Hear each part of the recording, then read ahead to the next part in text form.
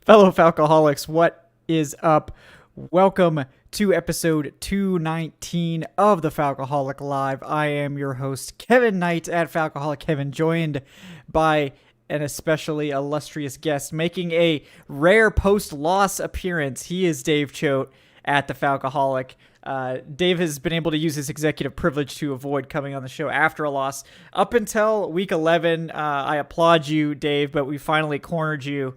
And you just used your last hall pass, so you just had to come on. And unfortunately, after a particularly frustrating loss on Thursday Night Football against the Panthers. But aside from that loss, how are you doing?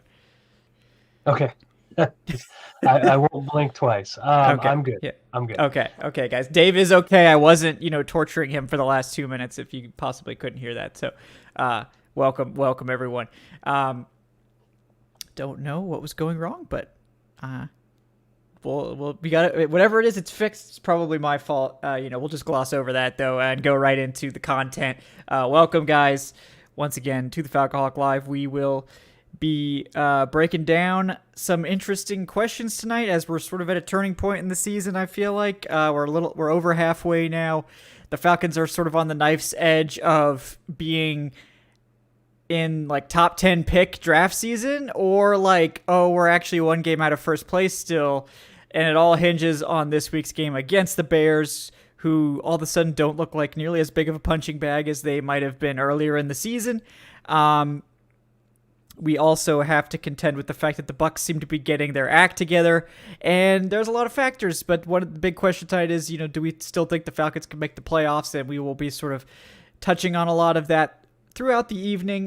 Before we get to that, though, do want to get Dave's take on Thursday night's game. We don't have to spend too much time on it, but Dave, I've talked about it to death already, so I don't really have much more to say other than that it was very frustrating and has, sort of kicked off our Ritter coverage.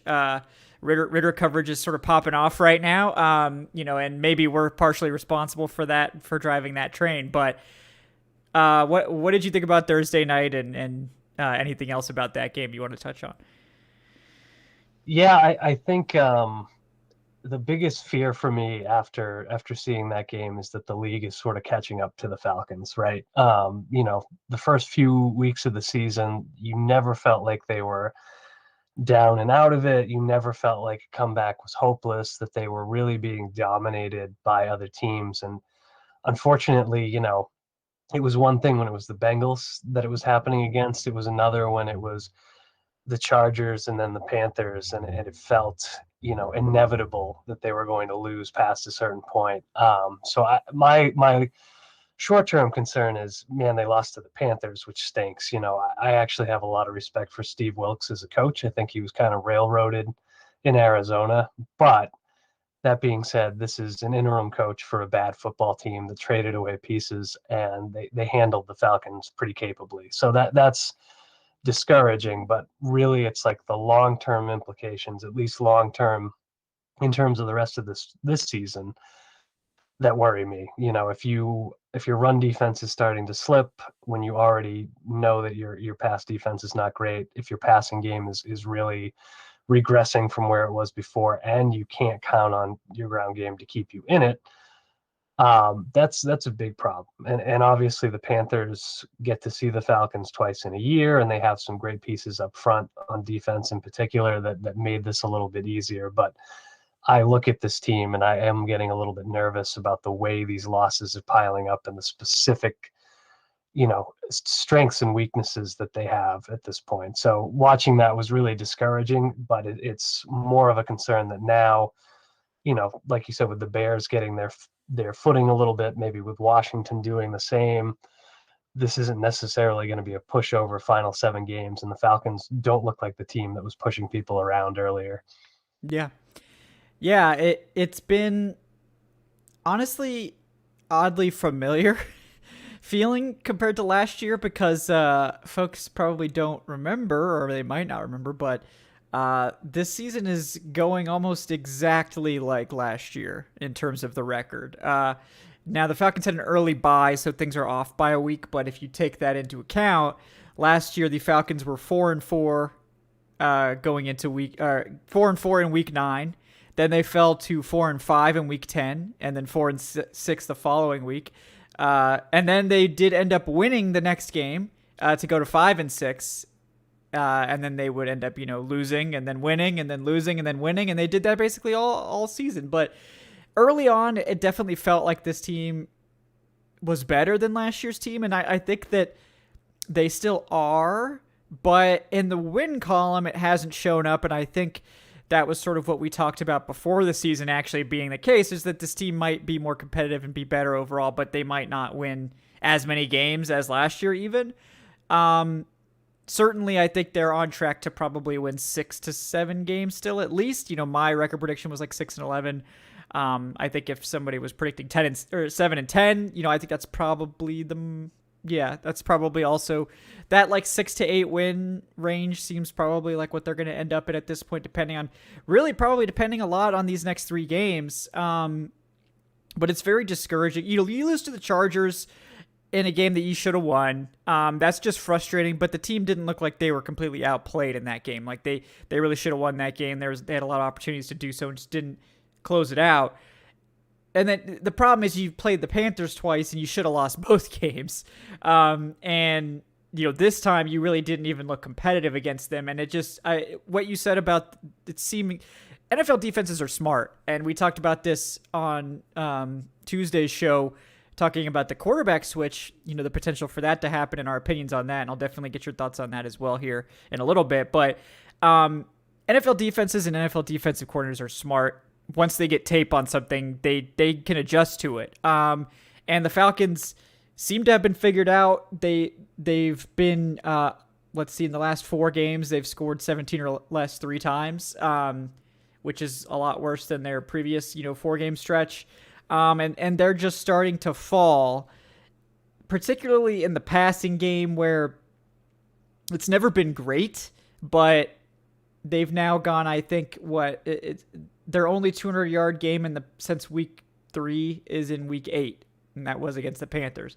They've had 2 other 200-yard games that were like weeks 1 and 3, and that's it. It's been under 200 yards every single week, maybe even under 150 yards every single week. And that's a level of passing volume that's almost like unheard of in the NFL, except for the most broken passing games in this league. And it seems like that's unfortunately where the Falcons' passing offense is at this time. And it really showed up against the Panthers in particular.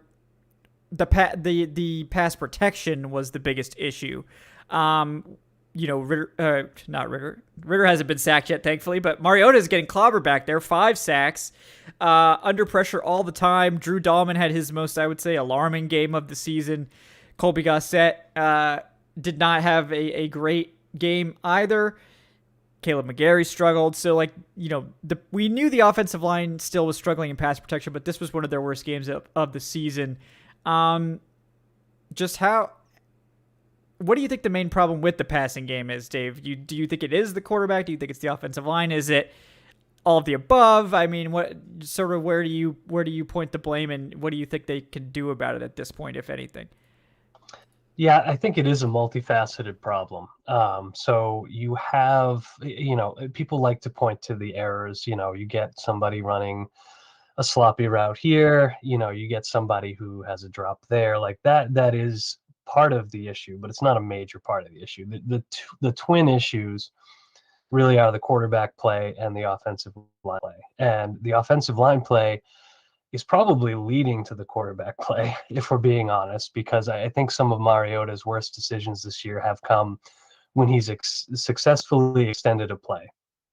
He has gotten away from a guy right in his face that shouldn't have been there that early on, and he's flushed out of the pocket, but he also gets flustered, and as he says, is trying to make something happen. I think it's a combination of, Mariota having some limitations that we know in terms of his accuracy, particularly downfield, and bizarrely throwing to Kyle Pitts, who, the big selling point for Pitts has been, look at this guy's speed and his catch radius and his ability to go up and get the ball over other people. And it's just not working for any number of reasons. So, but it is the combination of those limitations and his desire, to put things on his shoulders and put things on his plate, which I think is an admirable thing about him. He wants to make the play. He wants to reverse these trends that are happening. But you've noticed it more and more as the Falcons have been losing, trying to come back, that he's putting an impossible amount of pressure on himself. And instead of seeing those really efficient, like staying within himself, as he says, performances like he had against San Francisco, or to a lesser extent Carolina the first time out, he's getting into trouble, because again, this isn't a team playing a close game, playing with a lead. It's trying to make something happen coming from behind. But for all that, I do agree with what people say about, expecting better quarterback play just by making a quarterback change might be a little bit much because of the state of this offensive line. I think left guard is a little bit of a turnstile thanks to injuries. Like, I genuinely don't know 2 or 3 weeks from now who's going to be starting there, and that's a problem. When you've Yeah. got 4 options, you've got no options. And center is a concern to me. With Caleb McGarry, I think he's mostly done fairly well this year, and he may be back. So, but with center, I said that, when that battle came down to the wire between Dahlman and Hennessy, you either had a really good situation or a really bad situation, right? Because the good situation was both of these guys are good, and Dahlman wins, and he goes on and he has a great season, right? And like, so now then that you've got two good options. Hennessy took a step forward, but he couldn't beat out Dahlman. With the play, especially that we've seen this year, recently, and then some of the poor snaps we've seen throughout the season, it makes you think, oh, if Dahlman beat Hennessy, that's not good. So like the center position, maybe Ryan Newsel is a guy who can develop into something, at least a useful backup going forward. But I suddenly don't have a ton of confidence in that position panning out with the two guys that they have there. And so that's another need that you're potentially having on this team. And this is a very long-winded way of saying I really think you can't disconnect the quarterback and offensive line issues. I think they feed each other a little bit.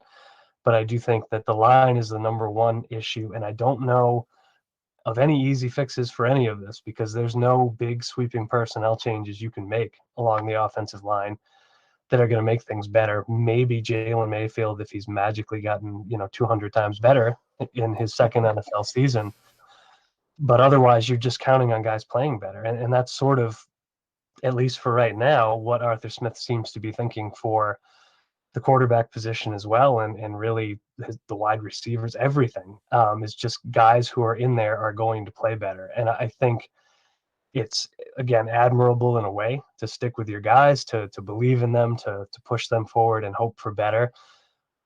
But I think maybe it's just a lack of compelling options that's forcing them into that, because things are getting worse, not better.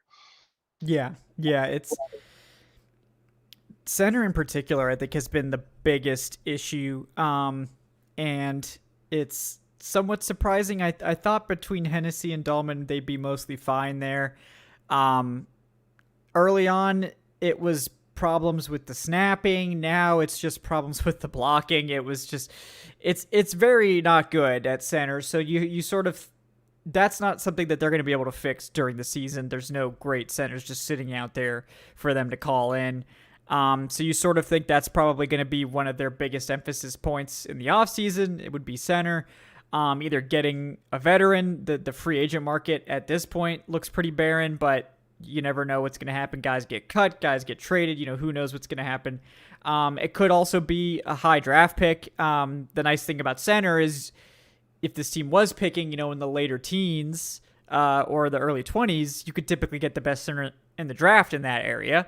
Also, or if you're picking high, you can sometimes get that top center early in the second round, so that could be a potential option as well. I just love my boy John Michael Schmitz. I mean, I feel like that's just the most offensive line name I've ever heard in my life, and I don't know how someone with that perfect of an offensive line name could ever be bad. So I'm very confident. Not having watched, just had Jacob Jingleheimer as his middle names, he'd be perfect. That's all I'm looking for. I don't know that he does it, so we have to do some research on this and figure out for sure. Because in that case, he's number one overall, no question. But they're not going to be able to fix the offensive line issues unless the solution is in house. And left guard, certainly you like what you saw from Elijah Wilkinson, so maybe the simplest thing is to just bring him back, and see if you can develop someone else there, or maybe you just take some mid to late round guys and see if you can get anything to shake out, or you just sign more depth and see what you can do there. But I feel like you can get away with one guard spot sort of being meh, but center, it's a lot harder to get away with a bad center, particularly when it comes to protection calls, which the Falcons haven't handled well. They also haven't, Dahlman's been mostly okay as a run blocker, but in pass protection, just disastrous. So we'll have to see what happens there. But, right tackle is another potential question mark, but McGarry has not been the biggest issue by far. So that's nice that we're not talking about McGarry every single week. But, you do wonder if he's played well enough to get a big extension here. He's sort of in that weird spot where, like, someone's probably going to pay him. I don't know if Atlanta wants to or not, but you sort of think that the franchise tag is too expensive, so you either sort of extend him or you don't. But that'll be interesting what's going on at right tackle. But, going just to the quarterback discussion, people are sort of like, oh, why is everybody getting all on Mariota after this game? And it's like, well, to Mariota's credit, he's done well enough. And I think basically up until the last couple games, he's done a good job of having some off games, but then just having a bounce back game immediately after. And it's easy to overlook stuff if you're bouncing back and having good games interspersed frequently. Now it's been, 4 games without a good game. So now it's that's why you're seeing the criticism really start to ramp up when he's stringing these losses together. The Falcons have lost 3 of 4.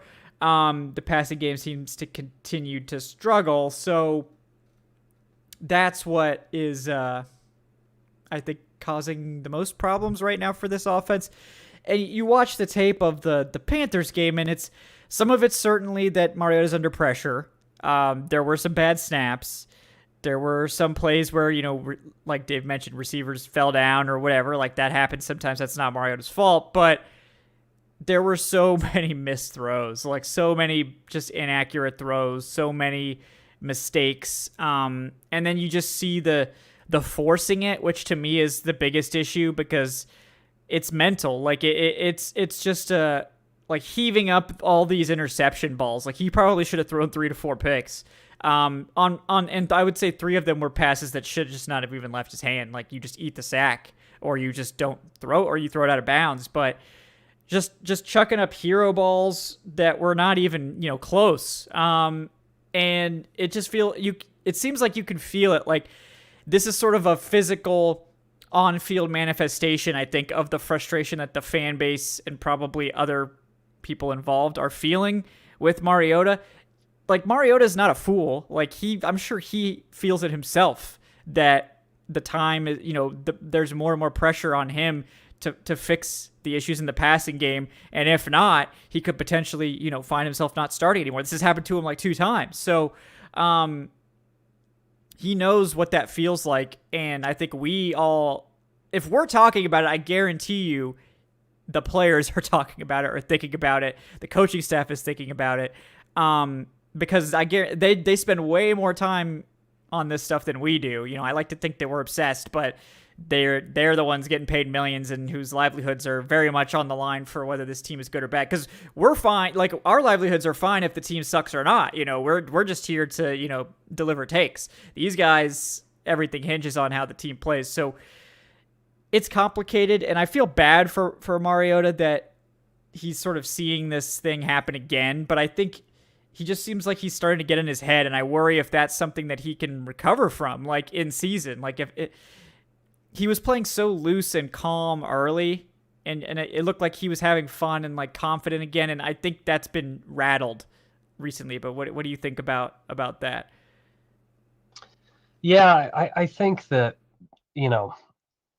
all we can go off of is really what we see on the field and what Mariota says himself. I can only put so much stock in what the coaching staff says about the quarterback situation or whatnot, because when they're ready, they're going to make the change, and they'll, be giving votes of confidence right up till the moment they make that change. So, that's just part and parcel of this. And Arthur Smith is going to go to bat for a guy he likes and respects, as you'd expect. And he's going to go to bat for all of his guys because that's what he does. So, him dismissing the idea that there's a quarterback situation, well, if Mariota bombs this week against Chicago, which I sincerely hope does not happen, you are going to probably see a quarterback change next week. And so all of that talking about it will have been for not nothing, but obviously it will not make a difference in the end. So I look at Mariota and the way that he's played recently as, and he said it himself, again, trying to do too much. And there are quarterbacks and there are people at different positions, regardless of what position it might be, who play very much within the limitations they know they have.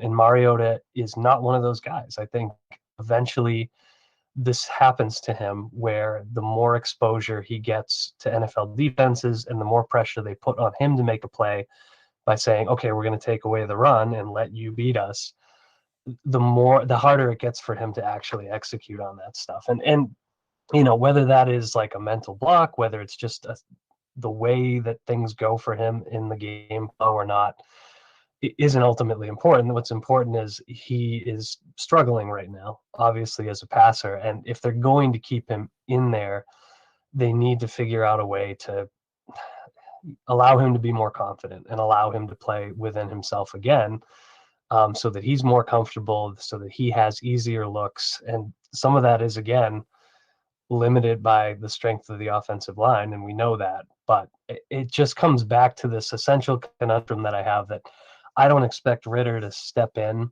and be instantly better than Mariota. I think he'll be better at some things and worse at others, as you'd expect from a rookie quarterback. But I think that at some point, with the way the passing game is going and with the way that the Falcons, every time they fall behind, are starting to crumble a little bit and maybe collectively put that pressure on themselves, it doesn't make sense to me to keep going back to this well and not getting better results versus seeing what you have in the rookie quarterback for the last few games of the season and figuring out if you need to draft somebody else next year, which is a legitimate possibility. If they don't feel great about where Ritter's going, and this is such a pivotal offseason and pivotal season for them, having lost so many years in a row, having all this cap space to make big transformative changes to the roster, like, you want to have the quarterback in place. And so I think we've seen enough to know that Mariota is not going to be that guy going into next year. He's not going to be the full-time starter. So you can play this out a little bit longer and hope that he bounces back and he finishes the year strong and you love Ritter and you're not getting him in. Or you can take a look at the rookie and your results are probably not going to be significantly worse. So, Yeah. I think that's sort of what most fans are feeling, which is that, like, it can't get much worse. And, like, it can always be worse. Like, trust me, like, it can, but it does seem unlikely, considering how low, like, how, like, they're already passing for, like, less than 150 yards most weeks. Like, it's like, how much worse could it be? So I get that angle, certainly. I think you raised a lot of good points. And, on the point of Arthur Smith, really downplaying the quarterback controversy and all this, that's just who he is. And a lot of coaches will do this. You think about Mike Tomlin, like, did he tease Kenny Pickett coming in? No. Like, all of a sudden, Kenny Pickett was just playing. Like, that's exactly what's going to happen here. Arthur Smith is not going to tease a competition or be like, well, Mariota needs to play better or we're going to get Ritter in there. Like, he may be thinking that. I would be surprised if there weren't conversations happening in the building about that at this point. Now, not saying that they are or aren't planning to do that at any particular time, but if we're talking about it, they're talking about it. I guarantee it. And what we don't know is, like, how is Ritter progressing? Is he ready? Because I think if Ritter's ready, then it's just a matter of time. and potentially even next week at this point. If Ritter's not ready, and we don't know exactly how they quantify that, like, does he know the playbook? Is he hitting the right reads in practice? What is he doing to prove that? Like, again, like, they only showed 30 minutes of practice.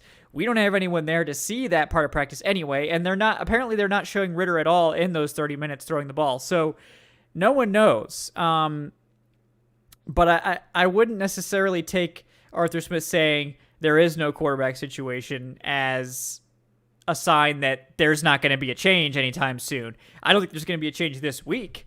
I think he's made that pretty clear. But going forward, I think this is a week-to-week proposition for Mariota. And I don't think Arthur Smith is going to ever announce something like that, because I do think that he's a classy guy. Like, I don't think he's going to throw Mariota under the bus and put more pressure on him. I think he's trying to show as much confidence in his starters and his players as possible. But I think we all know that the conversations are probably happening and the wheels are turning for Ritter to eventually make an appearance. When that happens probably depends on how the team performs, of course, how Mariota performs. But as you said, Dave, like, we all know Mariota was brought in here to be a stopgap starter. You look at the contract, it's 2-year contract, but basically the second year is completely a team option. Like, the Falcons could cut him and save, I think 12 of his $14.5 million cap hit or something like that. So next year is completely optional. And clearly the idea was, like, we don't need, like, if he plays great, then we've got him under contract for like $15 million, and that's a bargain for a starting quarterback. But if he doesn't, we just cut bait and move on. And unless he played really well, that was probably going to be the case. Or if he played that well and you love what you get in Ritter, maybe they pull off some sort of trade for, like, day 2, day 3 compensation, which would have been maybe the best case scenario. It doesn't look like that's particularly likely at this point. But it's a dicey situation. You hate it for Mariota. Certainly, he's had to go through this multiple times already. It's sort of the nature of the game in the NFL. When you're on that cusp of being like a starting quarterback or not, you're a guy that's sort of like not quite good enough that any team's going to go out of their way to make you their starter, but not bad enough really to just get benched outright either, which is really what Mariota's been. Like, I think he's been serviceable. What I wanted to see, like, preseason, my checklist was like, is the offense watchable? Is it functional? And I think up until last week, it was both of those things. Last week, the functional part, I think you could argue that it was the passing game was no longer functional, and that's sort of a turning point for me in the whole situation. But yeah, I mean, you mentioned it. We could see Ritter, I think, as early as next week if things go downhill this week. But, just taking a wild stab. We don't know what's going to happen this weekend. But when are you sort of expecting to see Ritter, like, in terms of the week that you think is the most likely time, in terms of just a wild guess at this point? My wild guess at this point is after the bye. So I think we will only see him for a handful of weeks. And again, this is a guess based on nothing in particular, but I find it hard to believe that Mariota is going to bomb the way he did this past week or even the week before against the Chargers. And I think that that's going to buy him a little bit more time. I think regardless of what the team has said about, not needing to wait till the bye, right? Because you can get a lot of good data week to week and make changes as you need to. I think the preference would probably be to have that extra prep time if you're going to install him. And I think what we're looking at essentially is a 3-game, audition for Mariota to keep the job the rest of the year. I don't think it's going to wind up turning that way, because I think they are going to want some kind of look at Ritter. So I think things will line up just because I would have thought, the Bears game would be a reasonable possibility. The first Carolina game was a reasonable possibility. Even the Steelers game would make a lot of sense because of the quality of opponent. But I think just based on what Arthur Smith has said and the run that they've given Mariota, the fact that they're probably not going to find themselves entirely out of it for the next couple of weeks suggests to me that it'll be after the bye. And it could be again, like you said, it's a shot in the dark here. If Mariota plays really poorly, it could be next week. If he plays really well and kind of recaptures that early season form, it might not happen. But that is my guess right now. And that way you still get, that handful of games that Ritter is the starter, gives you some idea of his potential and gives him some momentum to head into next season if he is your starter, without sort of blowing up what the team really views as a playoff chase, regardless of how likely that ends up being. Yeah, we will talk about that for sure as we continue on tonight, how realistic that idea is. But yeah, I mean, to me, I think the Bears game is important.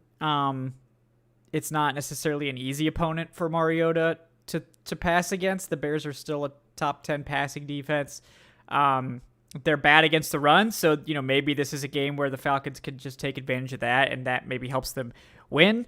The Bears have certainly been giving up a lot of points lately. Despite their own offensive improvement, they've just been giving up more points on defense now without Roquan Smith and Robert Quinn there. But I think if they lose against the Bears anytime, Ritter could come in at that point, because I think if they lose against the Bears, it's over, like with the playoffs. Like we can put that to bed.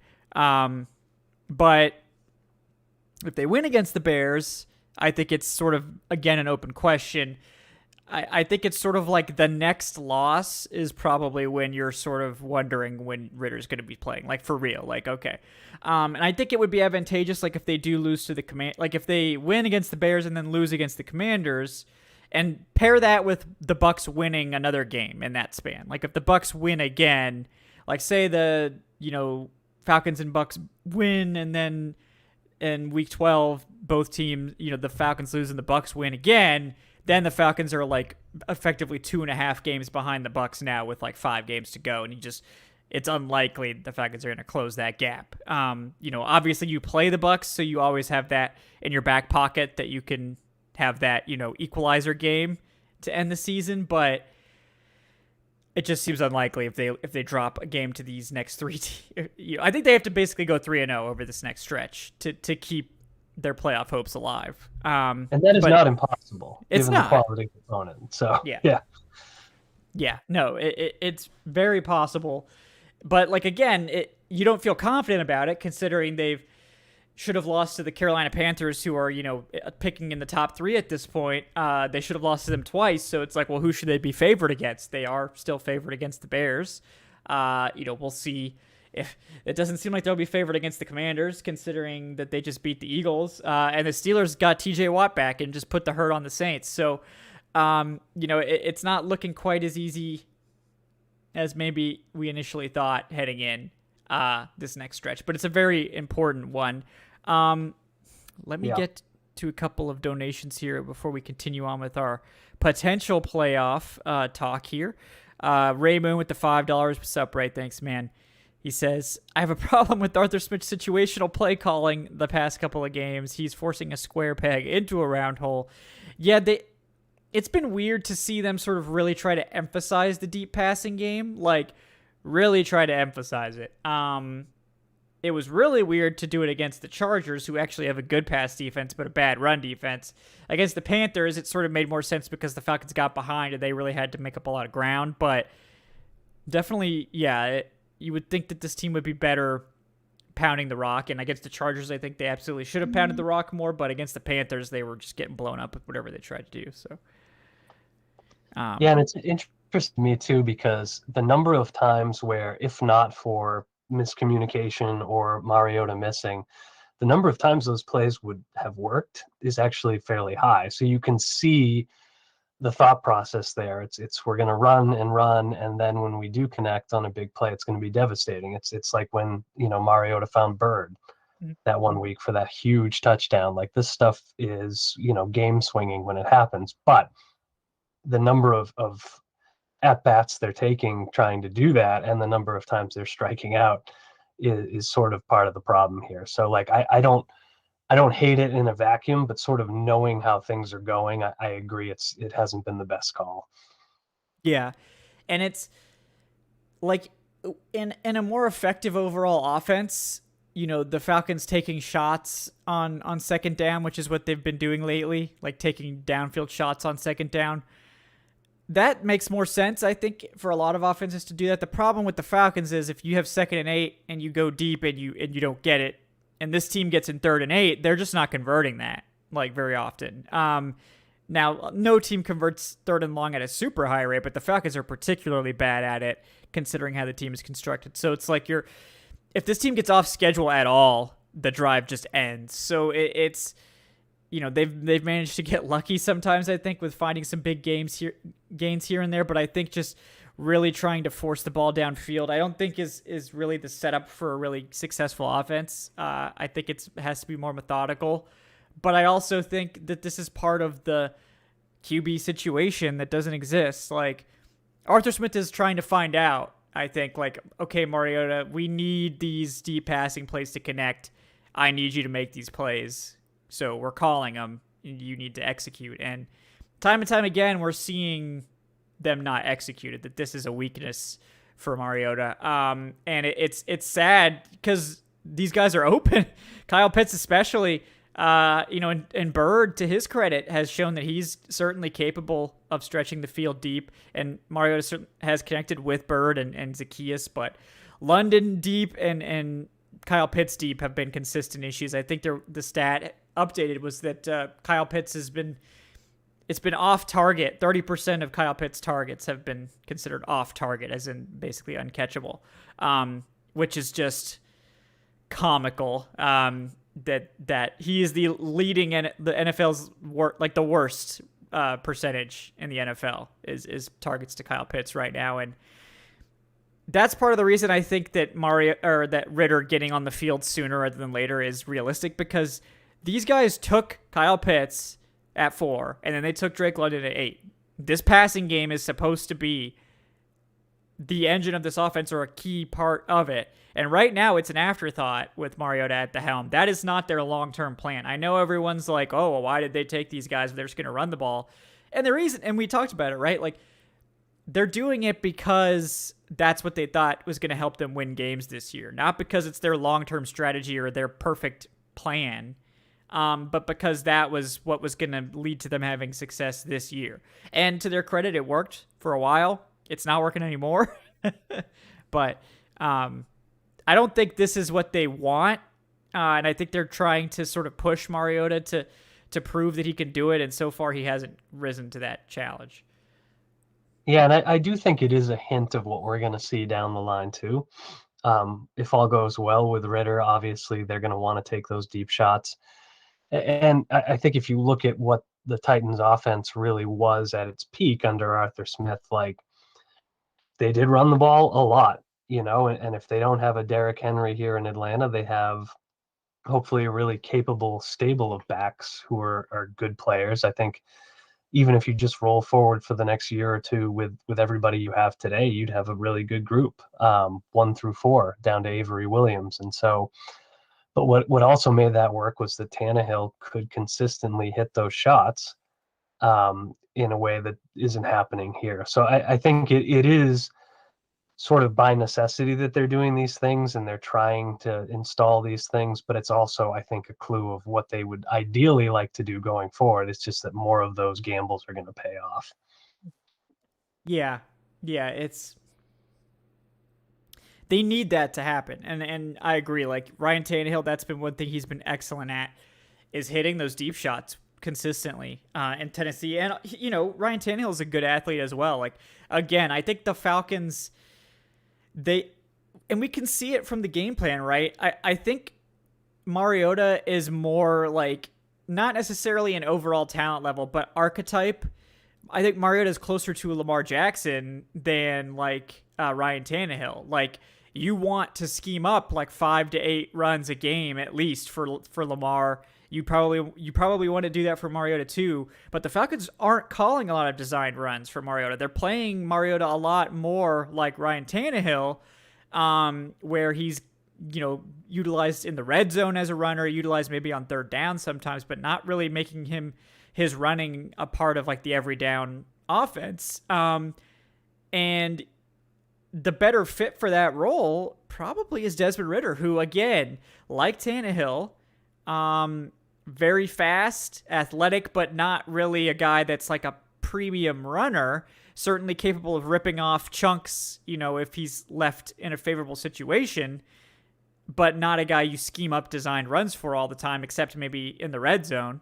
So that's another thing I think leaning in Ritter's favor is like, if they really want a Tannehill, and based on how they've called the offense, even with Mariota in there, it's like they're looking more for that player than Mariota at this point, or even like a Lamar Jackson type of player. Now, obviously, if you get Lamar Jackson, you think that they're going to scheme up more runs for him.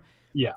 But, and I hope that they do get Lamar Jackson still, but it's, currently they're looking for, and that's the other thing about Lamar is, of course, that he's better than Ryan Tannehill at throwing the deep ball too. So like he's better in all facets, and more athletic and a better runner and a better passer. So it's, you get sort of the best of all worlds with Lamar, and maybe he should just have his own archetype. But you can see sort of, I think, the framework, and it's not surprising that Arthur Smith would want to sort of lean on the offense that had so much success in Tennessee. I mean, and it was so efficient, particularly in the red zone, particularly in the passing game, and relying on a good run game. This man can clearly scheme up a good rushing attack.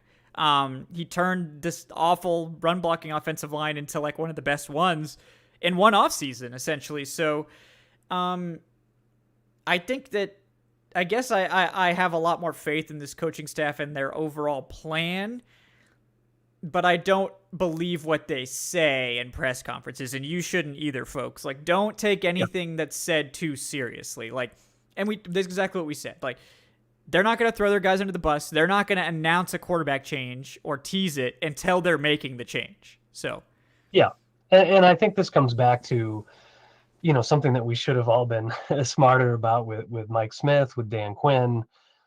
Maybe not with Jim Mora, because he was kind of nuts and he might have told you exactly what he wanted to do, including leaving his job for a college job. But when you come down to it, all of these guys are going to keep some cards close to their chest, and they might deliver it in a folksy homespun way that's really kindly, like a Mike Smith. They might be, really positive and exuberant one day and pissed off the next, like Dan Quinn, or they might be like Arthur Smith, who can be really, I think, warm and engaging and interesting, and then really prickly and defensive too. But the idea here generally is these guys are not going to come out and tell you exactly what they're going to do and exactly why they're going to do it. And it would just be better for all of us, myself very much included. After all these years, I still sometimes get very frustrated with what they're saying, but we do have to take it a little bit less seriously. We shouldn't really be getting mad at them for delivering the messages they're delivering. We just kind of have to try to parse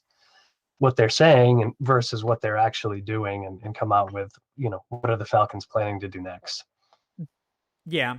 And it's going to be really interesting to monitor this team going forward, and particularly this offseason, I think, is going to be the most fascinating, exciting offseason that we've had in a really long time. And there's a lot of reasons for that, but it's also like there's so much intrigue because we don't know what this staff really wants to do or what their actual style is, because they've been basically had their hands tied since they got here, in free agency in particular. And so far we've seen that like Fontenot's going to try to find, values and be sort of savvy with the guys he brings in, but was that out of necessity or out of a preference? So I do wonder, like, what is the strategy? Did they go get a bunch of big name guys, or did they fill out the roster with like 10 mid-level signings that are, none of them are like super sexy, but it's like, oh wow, the depth on this roster is like drastically better now. Like, I don't know. And that's part of the exciting thing that's going to come this offseason. But before we get to too much of that talk, we do need to talk about the playoffs this year. And we will get to that next, guys. I do want to read off some more donations. And if you're watching on YouTube live, please give us a like and subscribe. We really appreciate that. Those numbers help us out. I did want to shout out our latest patron, John Farmer. What's up, John? Joined at the fan tier. Thank you, man. Really appreciate that. If you want to get in on this Patreon action, by the way, you can check it out at patreon.com/Falcoholic Live. Get all these exclusive perks including ad-free early access to all the podcast recordings of these and other episodes. Plus, you get to talk to Dave and I and a whole host of guests on the Q&A sessions, of which we'll probably have one very soon. But I can't reveal at this point. But soon, TM. So definitely enjoy those guys. Let's get to Jason Gaines here. He's got two. I'll go with his. I'll go with this one first. First of all, Jason says, did not agree with Arthur Smith settling for the field goal to end the first half against the Panthers. Thought that was very conservative play calling. There was still enough time to take a shot at the end zone. All that said, I would like to see Mariota benched. I think it's Ritter time. Also, did you guys see that Dan Quinn signed Tack McKinley to the Cowboys practice squad? Yeah, Tack is back. So, what a small world. That was the most, predictable place for him to end up, certainly. But did everybody see that the Vegas Vipers drafted Vic Beasley first overall? That's exciting. Oh, hell yeah! But we all know he doesn't want to play football. So yeah, well, I would love for him to have that second win. I know people talk a lot about not really wanting to hear about former Falcons for one reason or another, but I always get excited when one of them does well. So I feel like he could rip up the XFL too. Like he could dominate that league if he's actually invested. But yeah, we'll see. Yeah. That is interesting though. Then second part of Jason Gaines' donation here, total of $4. So thank you, Jason. Says, nice to see Matt Ryan starting again, getting that dub and the career-long 39-yard run with the 2 touchdowns. Hashtag Matty Vick is back. Also, it looks like Tom Brady's continuing to kick people. He got penalized for tripping. Is he turning into former Duke star Grayson Allen? I think that's a basketball joke. Yeah, I don't know. I don't know. But Matt Ryan, they did him so dirty in Indy. I'm glad that, Frank Reich didn't want to bench him, so I don't blame Frank Reich. But at least they did the right thing and put him back on the field, so he doesn't have to end what could be his final season on the bench. That's just depressing. So. Well, this is what happens too when you get an owner who's meddling in quarterback decisions. Not that we would know anything about that here in Atlanta. So no, we've never had anyone ever question the quarterback decisions or try to pull off any wild trade scenarios or do anything extremely irresponsible with this team's draft picks and salary cap with regards to quarterback. So never seen that before. Yeah. And to answer a chat question, what animal did I think Matt Ryan looked like during that scramble? I actually compared him to a minivan going through a pottery class. So do with that what you will. We don't know how many more of those we're gonna get. So Dave, I'm sure, is really digging deep for some of these Matt Ryan tweets. Because you got to go down. Like maybe you had another 100 ready to go. But you got to narrow that down to your top 10, your biggest bangers, because we don't know how many more we're going to get. So it's sadly true. And I certainly don't do them for every scramble the way that I used to, but that one called for it, I think. Oh yeah, definitely. I mean, that was beautiful. Absolutely beautiful. And then we got George Costanza with the $1. What's up, George? He says, Kevin, have you stocked up on water and essentials for the 6 feet of winter Mother Nature's projecting to bring you? And did you watch the same game I did for Marcus Mariota? How can 30% of targets to Pitts and London be uncatchable? Ritter can't be worse. Time for change. I mean, yes, absolutely. It's pretty ridiculous that you could be 30% of your targets off target, targeting any receiver, but I believe London was at 19, which is also in the top 10 of most passes thrown to this person that are uncatchable. So there seems to be a bit of a pattern developing here, unfortunately. It's so strange to me too, because again, I hate to harp on this, but the whole idea behind London and Pitts, or at least part of the idea was, again, look at these guys and their insane catch radius, because you've got two quarterbacks who both have, some noteworthy accuracy issues in their past. And yet you're seeing Mariota place much better balls to Zacchaeus, to Bird, even to Tyler Algier than these guys who are physical freaks that tower over everybody, and it's very odd. I don't know how to explain it, but it is definitely happening, and it is a big part of this offensive struggles, and there's no seeming good reason for it. Yeah, it's just I don't get it. And you're right. Like, you look at Kyle Pitts and that catch radius, and you're like, wow, like for something to actually be labeled as uncatchable for Kyle Pitts, it must be like really uncatchable, like not even in the zip code, which unfortunately, for I'm sure all of you that have watched the games, you've seen that. Like you just have to put it in like 3 to 5 feet of him, and he's got a chance to catch it. And it's just not, we're not even getting that. And, London, very similar. Like, these are two skyscraper, big time receivers, big time catch radius, fearless guys at the catch point, particularly London, and Pitts, just a monster at creating separation. And they're just not, like, I think that's maybe the biggest weakness in Mariota's game, is that he's not really willing to try to throw those tight window throws. And I don't know if that's coaching. I don't know if that's something that he's just sort of, a little bit nervous about. I don't know if it's like he's reluctant to trigger on that stuff, or people have brought up good stuff too about, like, look, on these rollouts and these play actions, it's like he has to turn his back to the defense when you execute some of these plays, so it does delay your ability to read the field.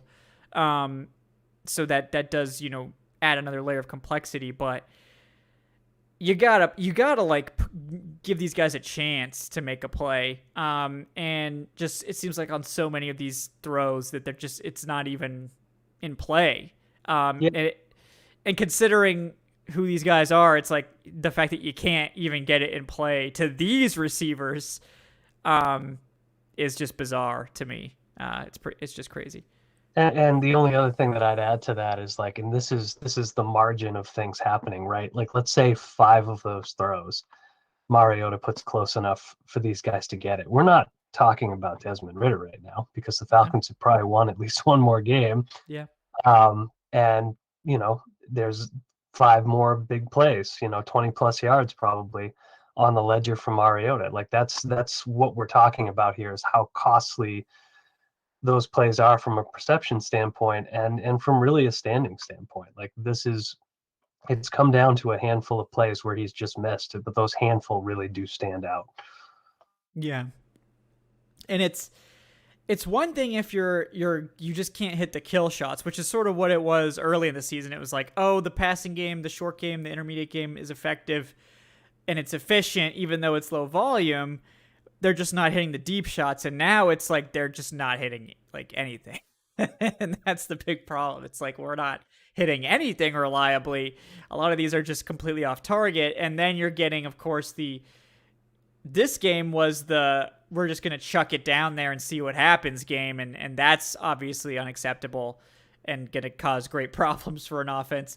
I do wonder if this Bears game will be the opposite of, like, I'm not throwing this ball unless it's guaranteed, completion, like perfect situation. And he's just holding the ball forever and taking check downs and all this stuff. I don't know which one is going to be more effective for this offense, to be honest. But at this point, just it's so limited. But that does bring us, I think, to sort of our final point here, which is how realistic is it for this team to make the playoffs? I mean, mathematically speaking, 4-6, the division leader has 5 wins, so that you're not exactly out of it, clearly. But you look at the trajectory of these two teams. The Bucs have won 2 straight now, and the Falcons have lost 3 of their last 4, and should have been 2 losses to the Panthers, who are one of the worst teams in football.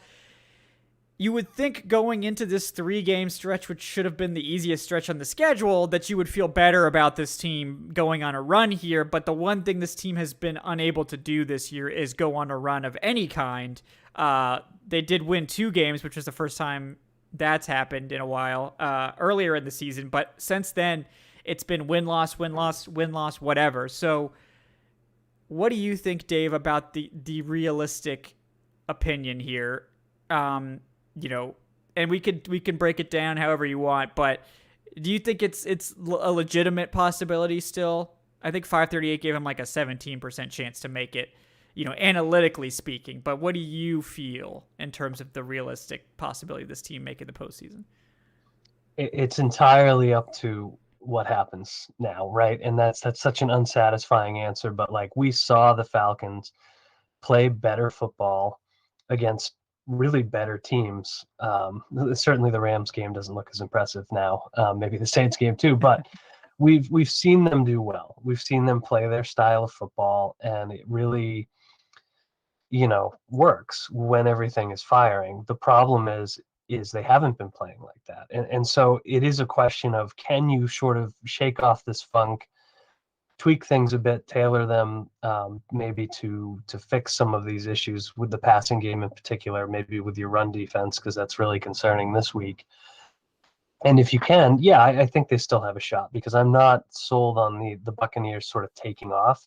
They might have gotten off the runway, but they're 15 feet off the ground, and they got boxes hanging off the landing gear and everything. So that they're still not like taking off with this division. So it's, if the Falcons play well the rest of the way and sort of get back to what made them successful earlier in the year, and they haven't just been truly figured out by other teams, I still think they have a decent shot. The question is, how likely is that? And I think, given where the defense has been trending, given where the passing game has been trending, with injuries starting to become a factor for this team, it's probably not that realistic. So I wouldn't put it as low as 17%, but I'd say they probably have somewhere between like a 33 and 45% chance of making it, depending on how much they can improve in the next couple of weeks. Because it really is, this is a dire situation right here, because if you lose to the Bears and the Buccaneers win this week, I think that's pretty much over, because it'll tell you a lot if you lose to the Bears, a team that has looked really scary in recent weeks but still hasn't been able to win.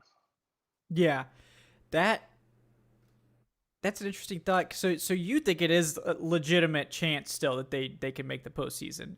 Not, we don't know what the outcome of this week's game will be, but assuming, at this point, with the outcome still potentially a W, you do think like a 33 to 45% chance. That's I would say well within a realistic possibility then.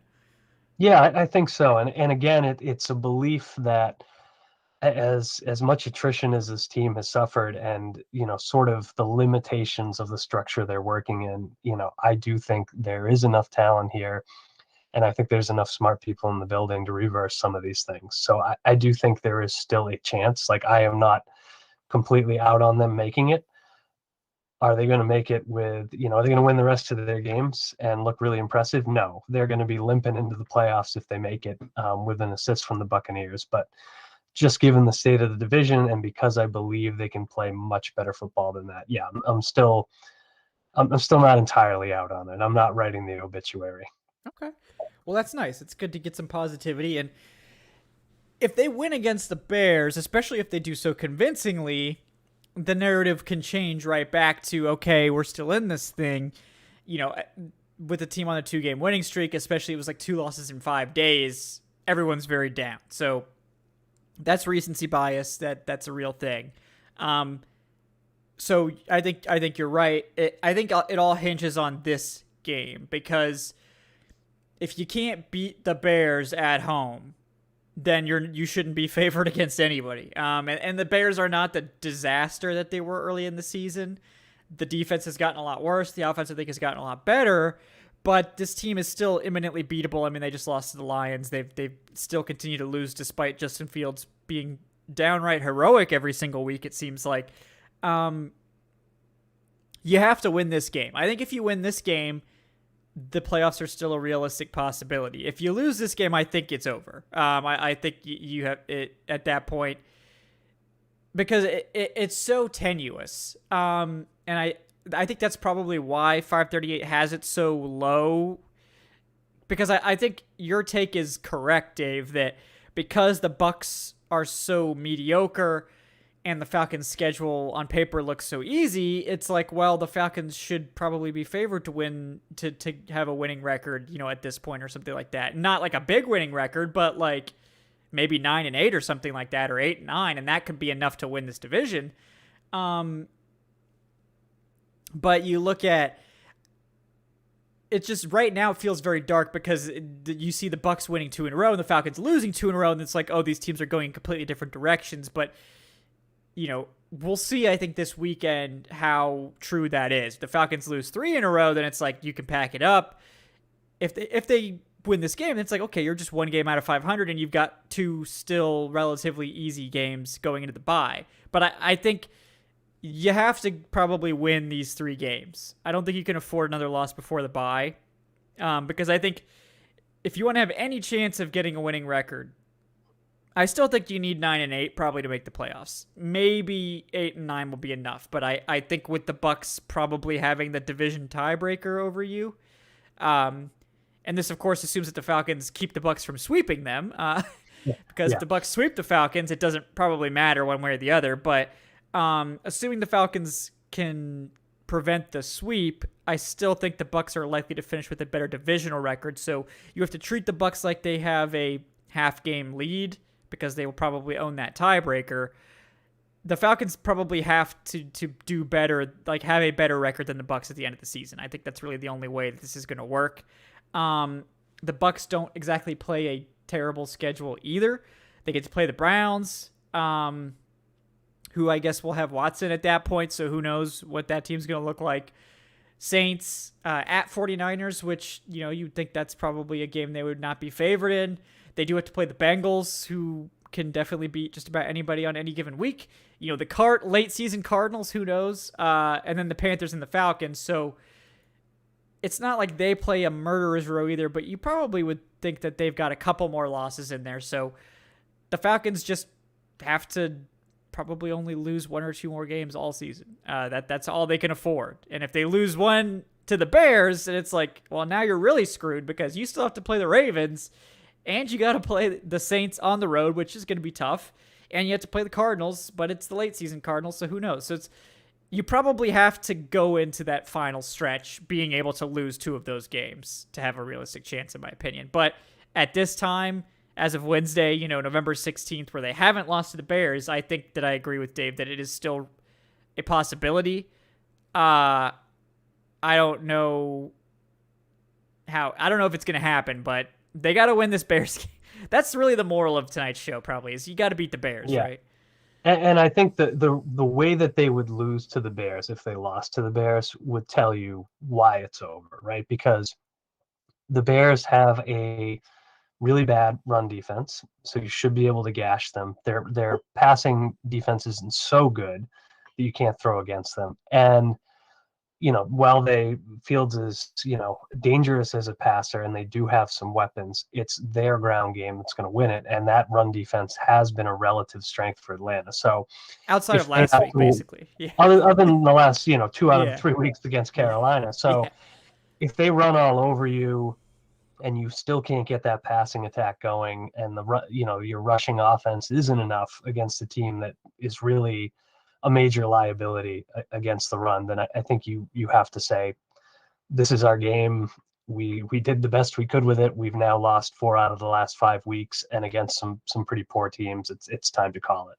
So yeah, I agree. So we'll see how they play it. This is a crucial game for them, but I think we're both in agreement that the season kind of hinges on this game, in terms of like you gotta win the layup games. I think like we're out of opportunities to blow games you should win. Like losing to the Panthers, okay, that was your freebie. You got to save your losses now for tougher teams. And like maybe the Commanders game is one of those tough games. We'll see how they look when we play them next week, and what's going on there. But I mean, they did just take down the Eagles, so this team is certainly capable of beating teams.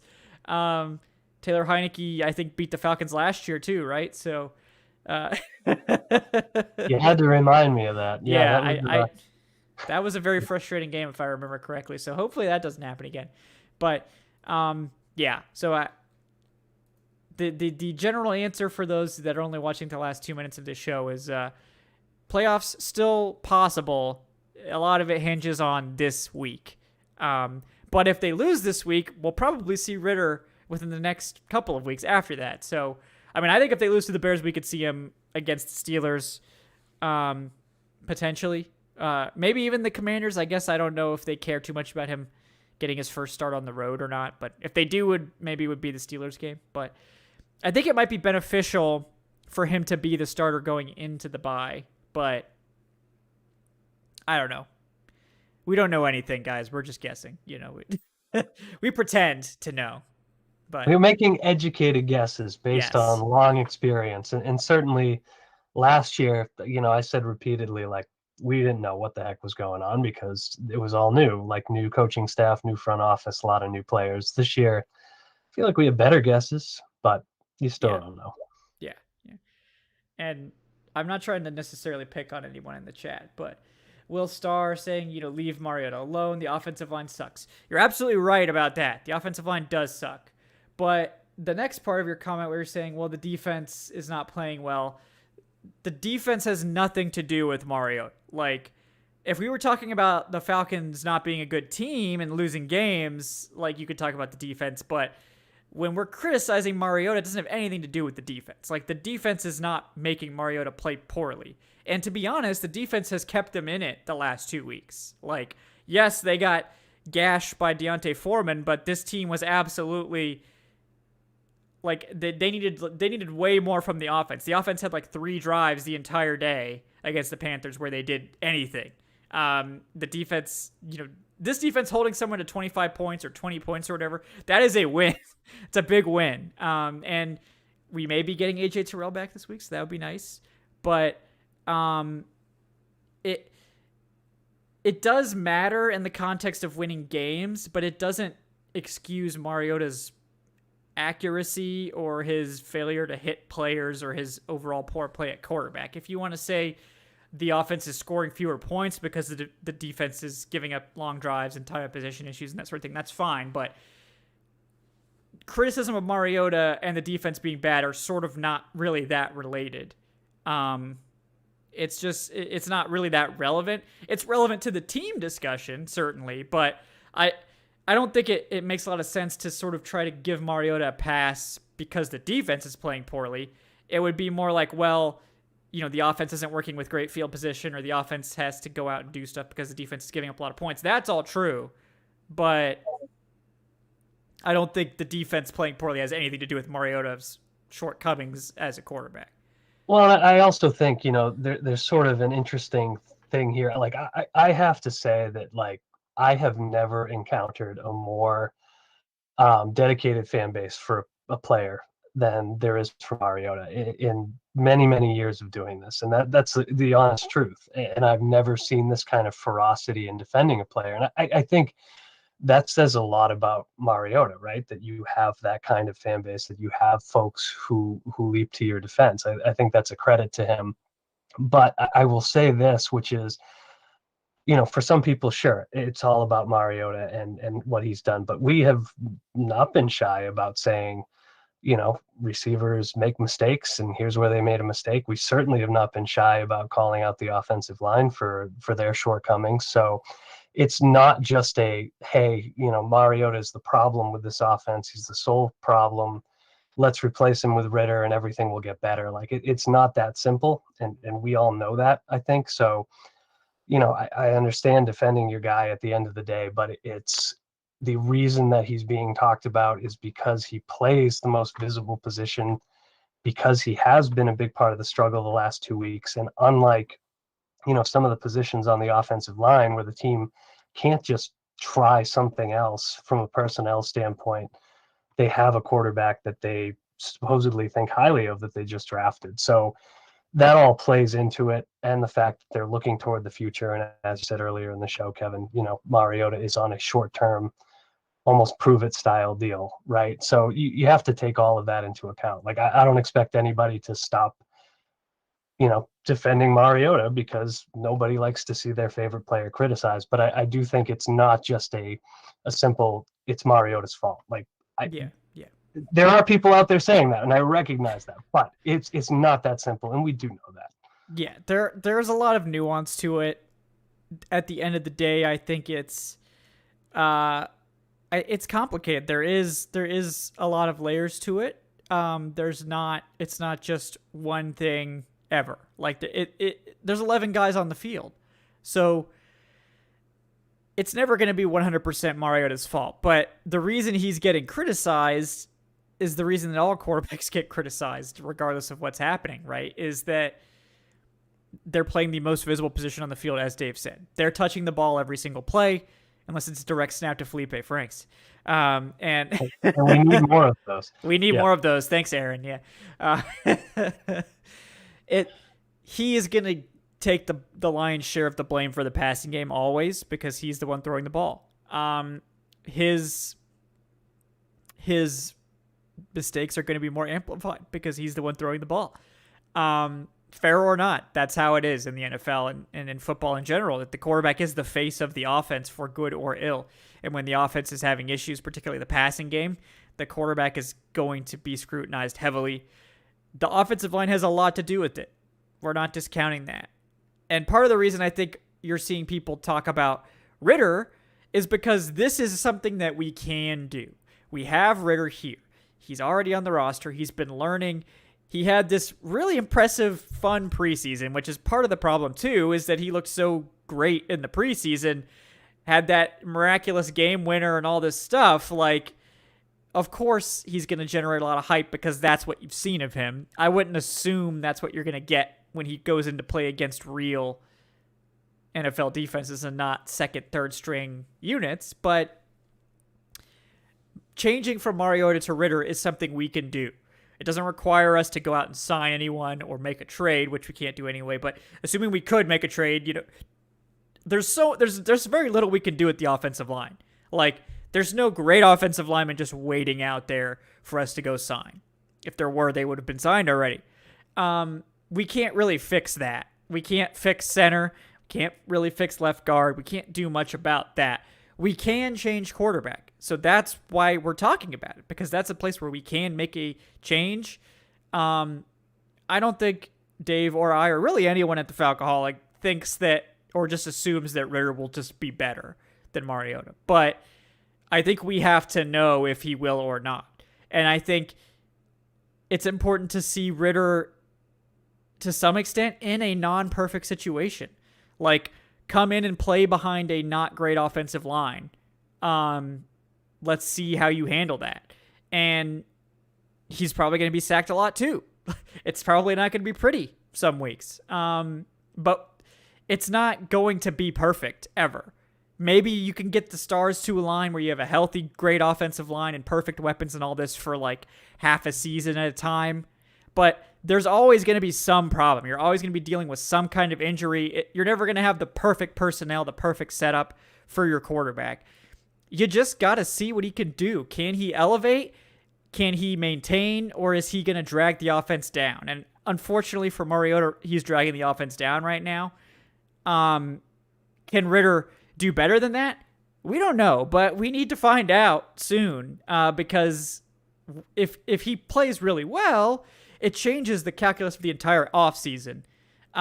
If he looks like the next Mahomes, where this guy's coming in and he plays great to end it, and it's like, we don't need to get another quarterback. We need to see Ritter for a whole season. That completely changes your plan next year. Yeah. If Ritter looks like a disaster, then this team is probably going to be ultra aggressive for a veteran like a Lamar Jackson, or they try to pull off a trade up, or whatever they do. Like it has such huge implications for the future, and I think knowing what we know about Fontenot and Arthur Smith, this is a future-focused regime. They're trying to win games right now, but I think we're not very far from this switching to evaluation mode, basically. And that's, I think, why a lot of people want to see the change made. But, Dave, please, any final takes?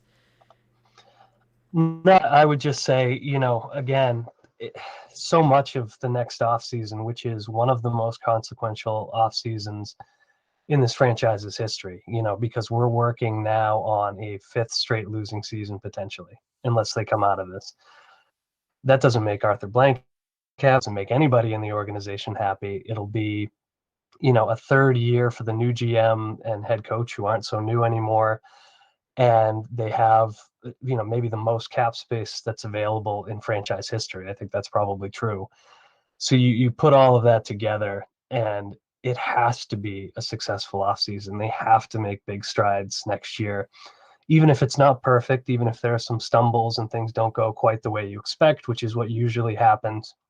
This isn't a team that can go spend, 60 plus $1 million on a bunch of shiny free agents and have another good draft class in terms of how many selections you have and come away with another losing season. Like, I just don't think that can happen without some kind of shakeup. So there is a level of pressure coming into next year, and you have to know, do you have your quarterback of the future or do you not? Because it changes everything about how you approach the offseason. If Ritter's under center and you don't spend money on a quarterback and you are trying to give him the best shot versus you're going to go get somebody who's more established, you're going to figure out where you can take shortcuts because that's going to cut into your cap space, etc. So it is a big consequential decision. And unless the Falcons feel like there's no way we want to see Ritter in this situation because it's not a great situation, but we have 100% confidence in him starting next year, that's the only time it doesn't make sense to get that look at him. And obviously they're not going to tell us either way how that's going to go, but I don't really believe that's going to happen ultimately. Yeah. Yeah. It's uh it's a tough situation, and there's still quite a bit of football left to play this year. I think I did promise a mock draft if they lose against the Bears, so I guess some people might be pulling for that. Even if they win against the Bears, we will get a mock draft probably within the next couple weeks either way. All I asked for before the season was we need to get to week 10 without me feeling like I have to start writing draft content, and it's week 11, so we made it. So thank you, Falcons. That was what I asked for. You delivered. But yeah, we got a long way to go. We don't need to rush it too much, but this should be a pretty fun offseason, I think. It's one that we've been waiting for several years, doing the right things. I think Fontenot, the opposite of the Saints, sort of like, we're gonna enjoy some short-term pain for the long-term gain, and we'll see. Like, it seems pretty clear, and this is going to be a big topic of the offseason, that Fontenot really isn't in the Mickey Loomis tree of let's do whatever we can to maximize our winning window and like kick money into future years and do all this stuff to sign as many players as possible and put our team in financial jeopardy. Fontenot's done the opposite. He's moved on from bad deals. He seems to be the guy that's making trades a year early rather than a year late. He's done this now on several players. He looks like a genius for letting some of these guys walk, moving some of these guys. So I'm very confident. I'm excited to see what they do, and yeah, we will have to go from there. But we appreciate everyone hanging out with us tonight. Please like and subscribe if you haven't done so already. If you're listening to the podcast audio, leave us that 5-star review. Help other people find the show. We appreciate that. And of course, you can check out the Patreon, patreon.com/Falcoholic Live. Also, thank everyone who donated tonight. Really appreciate that, guys. Also want to thank our wonderful guest this evening, Dave Choate at the Falcoholic himself. Dave, anything you're working on, anything you'd like to plug? Well, nobody's going to like it, but tomorrow, I feel like I say that a lot. Tomorrow morning, I have an article on the Falcons really facing a running quarterback for the first time this year, somebody who excels not only at throwing the ball, but tucking it down and running, which we know Justin Fields is maybe hotter than anybody else in the league at any position running the football right now. And so that's a unique challenge. Otherwise, a ton of great stuff from you, Kev, and the rest of the guys at the Falcoholic. Really looking forward to previewing this game, and then please let us celebrate a win Sunday afternoon. Yes, please. Can we get a big dub? That would be nice. I don't know if I can handle 3 straight losses. It's getting very dark around here. I'm sure you guys can feel it. So I definitely would appreciate a big dub on Sunday. Guys, you can follow me at Falcoholic Kevin on Twitter if this hell site continues to exist. We'll see how long that goes. But you could also find all of our stuff. If Twitter were to disappear, of course, you could find all of our stuff on thefalcoholic.com, where we've got a lot of people doing some tremendous work. And of course, we also have the YouTube channel where we will always have your content. No longer on Facebook Live. Suck it, Facebook. You weren't good enough for us. We do still have the Facebook page, so if you do that, it's still there. But they don't get our video content anymore. They're not good enough. But yeah, guys, thank you so much for tuning in. We will be back Monday. We will have the game preview show. I believe I will be getting potentially a former Bears player to come on the game preview for the Bears. So we'll see how that goes. But of course, we'll have the post game after Sunday's game as well. So until then, guys, thank you so much for tuning in, hanging out with us tonight. We will see you next time on the Falcoholic Live. Have a great night, folks.